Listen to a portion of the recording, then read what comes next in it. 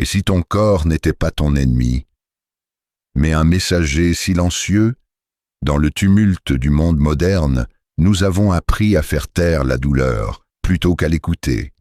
à combattre les symptômes sans jamais entendre ce que l'âme cherche à dire. Pourtant, selon le Bouddha, le corps et l'esprit ne sont pas séparés.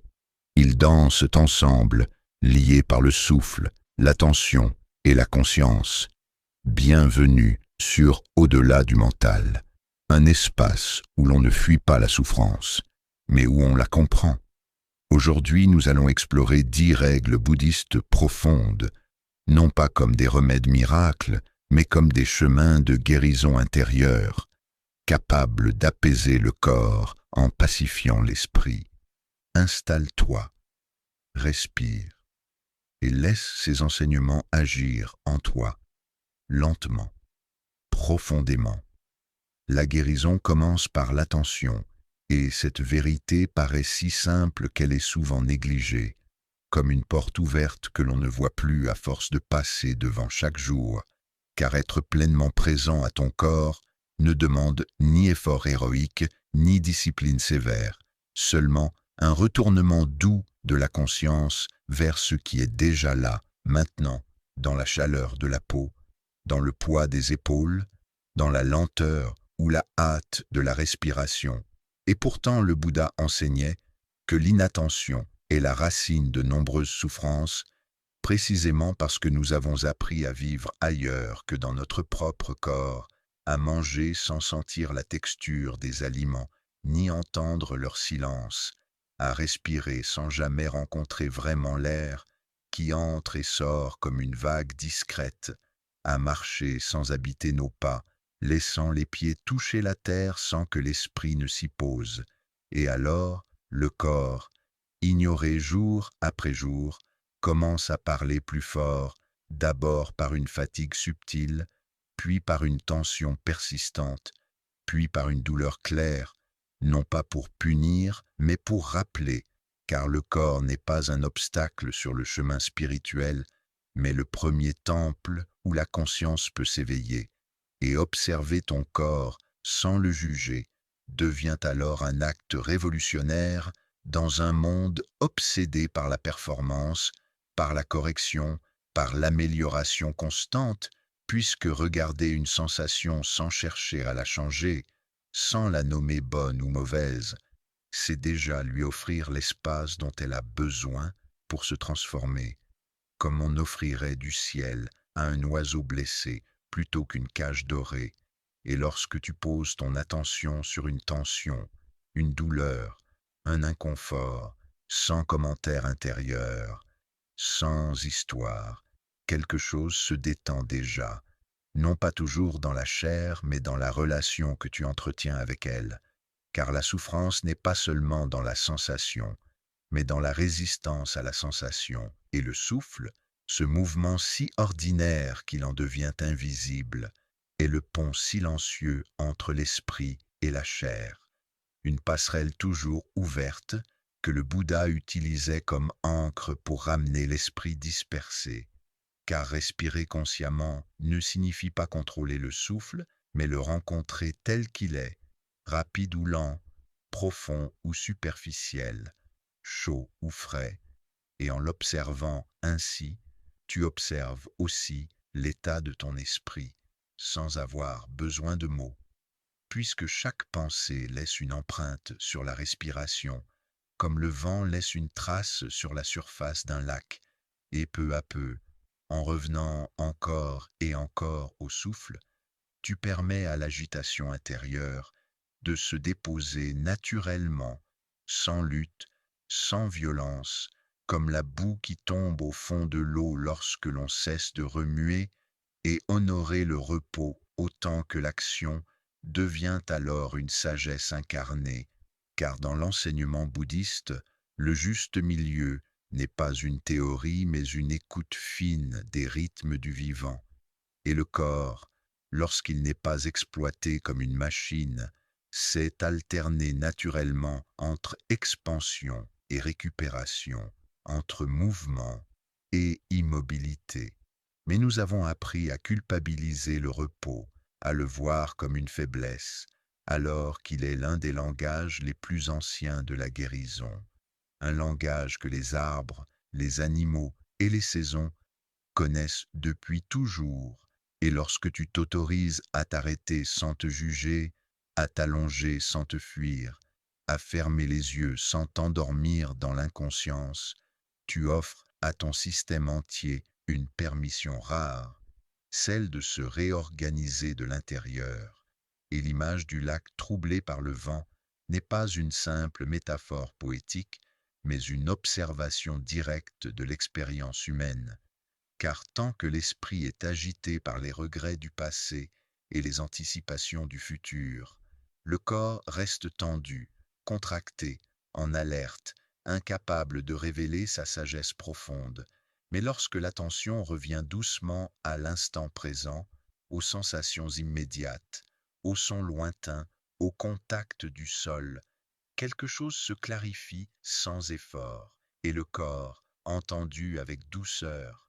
retrouve sa capacité naturelle d'équilibre, non parce qu'on l'a réparé, mais parce qu'on a cessé de l'ignorer. Et cette écoute n'est pas spectaculaire, elle est souvent subtile, presque banale, mais elle transforme lentement la relation que tu entretiens avec toi-même, car au lieu de vivre contre ton corps, tu commences à vivre avec lui. Et dans cette alliance silencieuse, la guérison ne commence pas par faire davantage, par ajouter des pratiques ou des techniques, mais par ressentir pleinement ce qui est déjà là, par habiter chaque sensation comme on habiterait une maison longtemps abandonnée, en ouvrant les fenêtres, en laissant entrer la lumière, sans précipitation, sans exigence, simplement avec présence.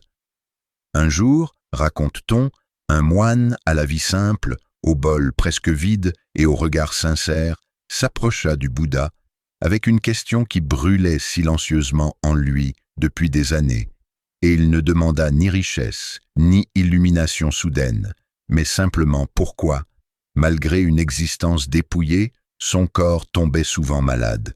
pourquoi la fatigue revenait comme une ombre fidèle, et pourquoi certaines douleurs semblaient s'installer sans raison apparente. Et le Bouddha, au lieu de lui parler d'herbe, de posture ou de règles extérieures,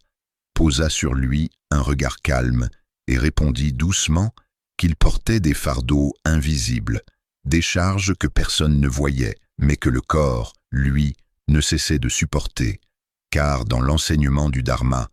ce ne sont pas seulement les pierres que l'on porte sur le dos qui fatiguent, mais surtout les émotions que l'on enferme, les paroles que l'on retient, les peurs que l'on refoule dans les recoins obscurs de la conscience, et relâcher les émotions non exprimées devient alors une clé fondamentale de la guérison, non pas en les déversant de manière incontrôlée, mais en leur offrant un espace sûr où elles peuvent être ressenties sans jugement, car chaque émotion ignorée se transforme lentement en tension physique, comme une rivière bloquée qui finit par déborder ailleurs, et la colère retenue durcit les muscles parce qu'elle est une énergie de mouvement empêchée,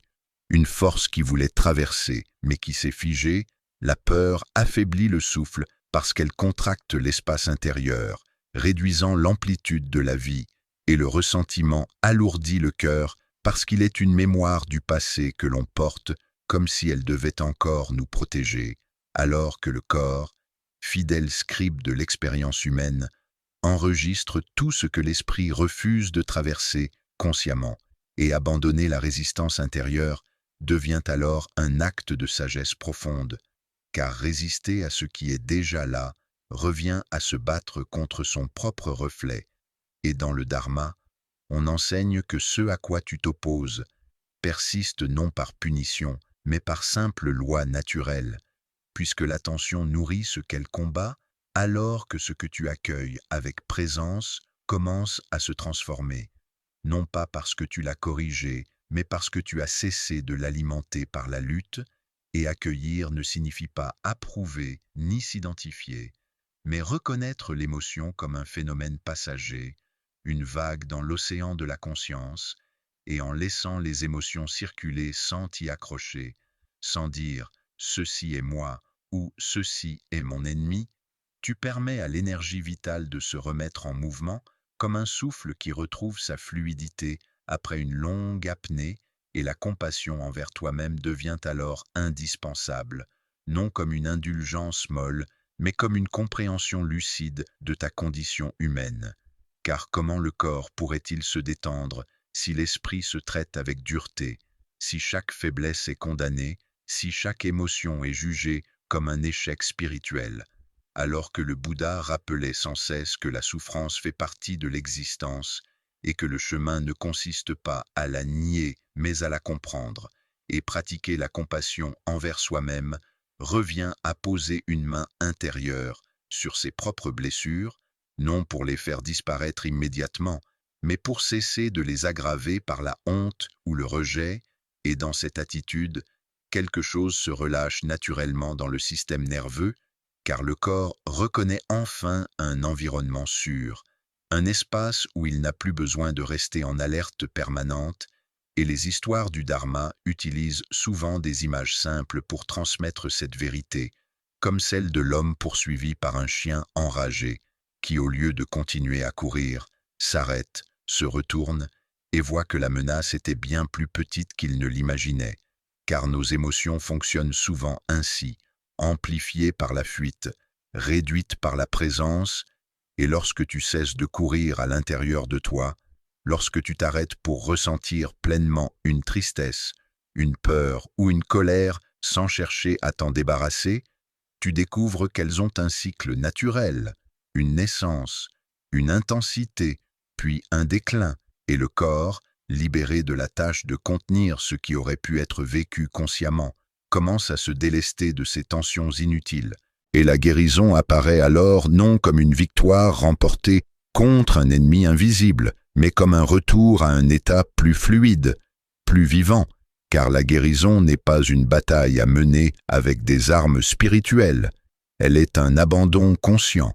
un lâcher-prise lucide, où tu cesses de contracter ce qui demande simplement à être traversé, et dans cet abandon, le corps et l'esprit cessent de se combattre pour redevenir partenaires sur le même chemin,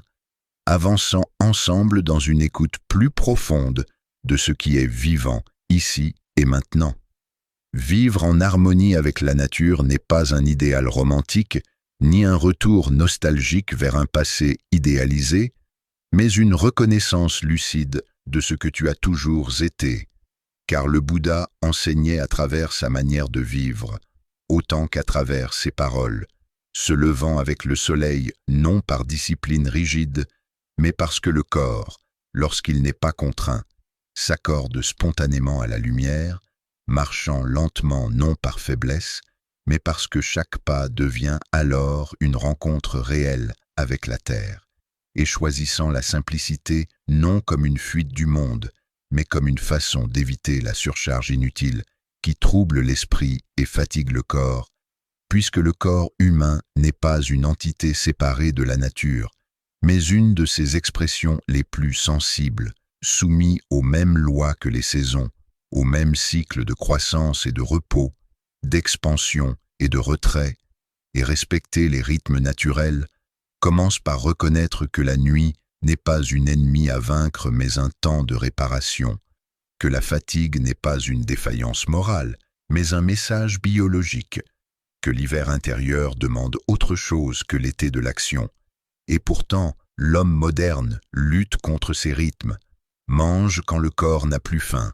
veille quand les cellules réclament l'obscurité, s'expose constamment au bruit, à la lumière artificielle, à la stimulation continue, et cette désynchronisation progressive crée une fatigue profonde que ni le sommeil forcé ni les distractions ne parviennent à apaiser, car vivre contre la nature revient à nager à contre-courant d'un fleuve puissant, et même le plus fort des nageurs finit par s'épuiser, alors que se nourrir avec conscience et gratitude devient un acte de réconciliation, non seulement avec la nourriture, mais avec l'acte même de recevoir, car manger dans la hâte, sans regard, sans présence, transforme un acte sacré en simple remplissage, et le corps, privé de cette reconnaissance, peine à assimiler pleinement ce qu'il reçoit, puisque dans la sagesse bouddhiste, l'assimilation ne concerne pas seulement les nutriments, mais aussi l'état d'esprit dans lequel ils sont accueillis. Et lorsque tu manges sans présence, l'esprit reste ailleurs, préoccupé, inquiet, dispersé, et cette dispersion se reflète dans la digestion, dans l'énergie, dans la clarté mentale, alors que manger avec gratitude, même silencieuse, même brève, c'est reconnaître l'interdépendance de toute chose, la terre qui a porté la graine, l'eau qui la nourrit, le soleil qui la fait croître, les mains visibles et invisibles qui ont permis à cet aliment d'arriver jusqu'à toi. Et dans cette reconnaissance, quelque chose se détend profondément, car le corps se sent enfin intégré dans un tout plus vaste, et lorsque tu veilles contre le cycle naturel, en forçant la vigilance là où le repos devrait s'installer, tu fragilises peu à peu l'équilibre intérieur,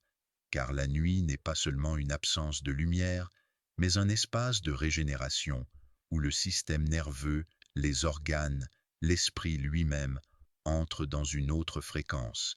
Et refuser cette alternance revient à priver la terre de l'hiver tout en exigeant des récoltes abondantes et consommer sans présence, accumuler sans nécessité, remplir le vide intérieur par l'excès extérieur, crée une agitation chronique qui empêche le corps de se poser, de se stabiliser, de retrouver son rythme propre, car le corps humain, comme un instrument de musique, a besoin d'être accordé régulièrement, et chaque excès le désaccorde un peu plus, jusqu'à ce que la fatigue devienne structurelle, et le Bouddha, en choisissant une vie simple, montrait que la simplicité n'est pas une perte, mais un allègement, car chaque objet superflu, chaque engagement inutile, chaque stimulation excessive demande une énergie de gestion, d'adaptation, de contrôle, et cette énergie détournée de l'essentiel manque ensuite pour la réparation et la clarté intérieure,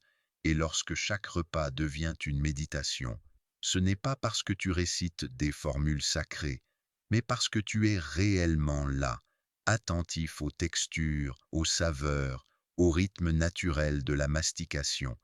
et dans cette lenteur retrouvée, le corps reconnaît un environnement familier, presque ancestral, où il peut fonctionner sans stress, et chaque geste peut redevenir sacré, non parce qu'il est ritualisé, mais parce qu'il est habité, car dans la vision bouddhiste, le sacré n'est pas séparé du quotidien, il apparaît lorsque l'esprit cesse de se disperser, lorsque l'action et la conscience ne font plus qu'un, et vivre simplement ne signifie pas se priver, ni se contraindre à une austérité artificielle, mais cesser de se violenter par le trop, par l'urgence, par l'accumulation, car la violence la plus subtile est souvent celle que l'on s'inflige en ignorant ses propres limites, et lorsque tu respectes les rythmes naturels, que tu te nourris avec conscience, que tu choisis la simplicité, non par obligation, mais par écoute,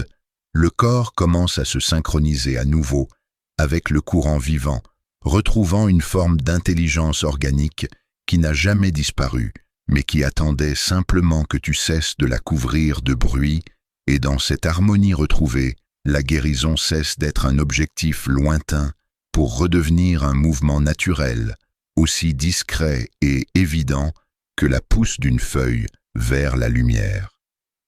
La sagesse du non-attachement est sans doute l'un des enseignements les plus profonds et les plus mal compris du Bouddha,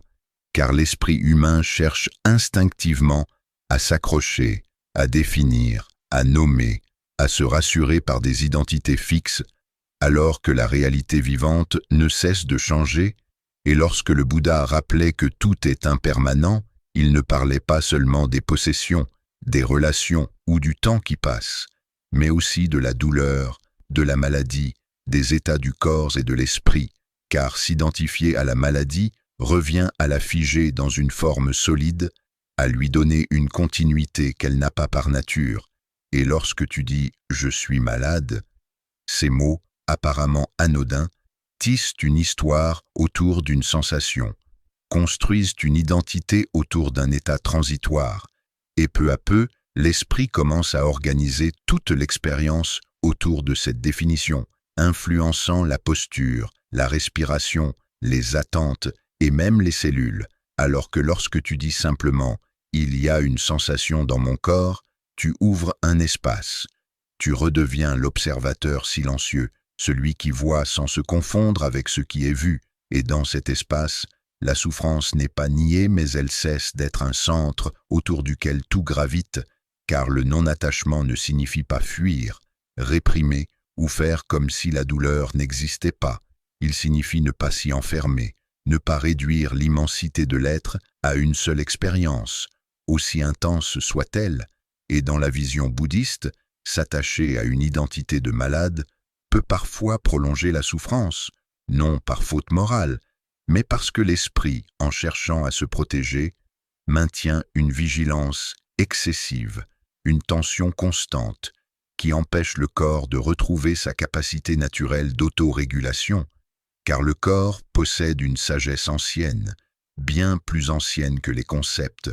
une intelligence organique qui sait cicatriser, compenser, rééquilibrer, à condition que l'esprit cesse de l'entraver par la peur, le contrôle et l'anticipation incessante.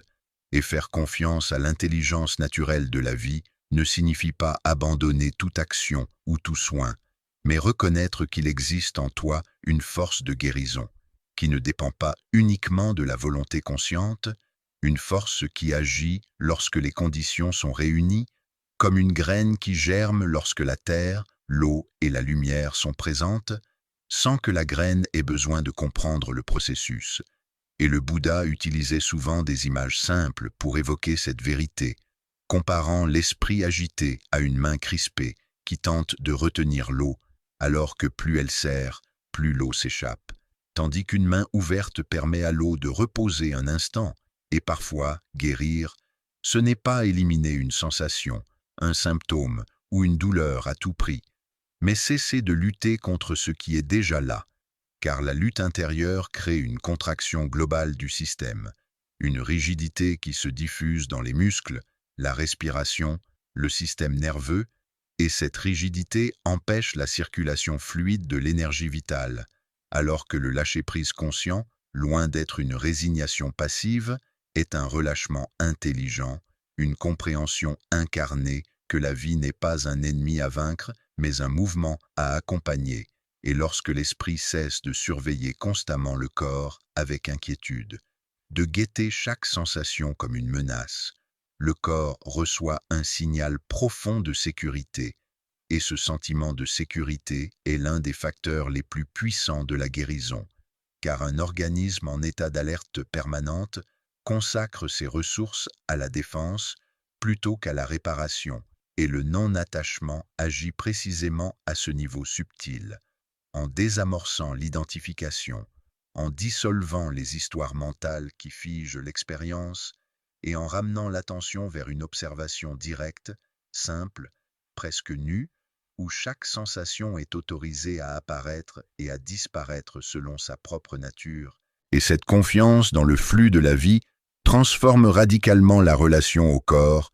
car au lieu de le percevoir comme un mécanisme fragile qu'il faudrait constamment corriger, tu commences à le ressentir comme un allié, un processus vivant qui cherche l'équilibre dès que les obstacles intérieurs s'allègent, et dans cette relation renouvelée, la peur cède peu à peu la place à une curiosité calme, à une écoute plus fine, où même la douleur peut devenir un objet de méditation, non pour être glorifiée, mais pour être comprise. Et cette compréhension n'est pas intellectuelle, mais sensorielle, directe, incarnée, et elle libère une énergie immense jusque-là prisonnière de la résistance, car chaque fois que tu cesses de t'identifier à une expérience, tu récupères une part de ta liberté intérieure, et cette liberté, même au cœur de l'inconfort, modifie profondément la qualité de l'expérience vécue, car le corps se détend là où il était contracté, la respiration s'approfondit là où elle était retenue, et l'esprit retrouve une forme de clarté douce, non dramatique, et dans cette clarté, la vie peut à nouveau circuler selon sa propre intelligence, parfois lentement, parfois de manière inattendue, mais toujours plus librement que lorsque l'on tente de tout contrôler, et le non-attachement devient alors non pas une abstraction spirituelle, mais une pratique quotidienne, un rappel constant que tu es plus vaste que ce que tu traverses, que la douleur n'est qu'un phénomène parmi d'autres dans l'espace de la conscience, et que faire confiance à la vie, même lorsque l'issue est incertaine, est déjà une forme profonde de guérison intérieure, car c'est dans cet espace de confiance que le corps retrouve le courage silencieux de faire ce qu'il a toujours su faire, chercher l'équilibre encore et encore à sa manière, à son rythme, sans violence, sans combat inutile. La guérison véritable n'est pas toujours spectaculaire. Elle est souvent silencieuse, discrète, presque invisible. Elle se produit lorsque tu reviens à toi, lorsque tu écoutes, lorsque tu ralentis. Ces 10 règles bouddhistes ne promettent pas l'absence de douleur, mais elles ouvrent un espace où le corps peut respirer, se relâcher et retrouver sa sagesse naturelle. Si cet enseignement a résonné en toi, prends un instant, ferme les yeux, sens ton souffle et souviens-toi, tu n'as jamais été brisé, tu as seulement oublié de t'écouter. Merci d'être ici, au-delà du mental. Que ton chemin soit doux, conscient et paisible.